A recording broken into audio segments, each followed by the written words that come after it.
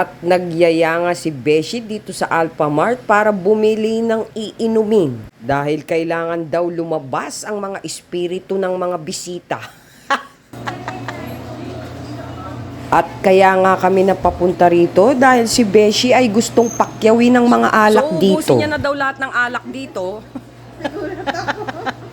So, ubusin na daw niya. Puro case-case ang in-order niya, mga bebs at box-box. Yes. So, nagpapalabas na siya rito ng mga box. Sumukang pamurningan nito mga bebs. At ang sa akin naman ay yogurt drink Ito naman lang. yung paborito kong chichirya.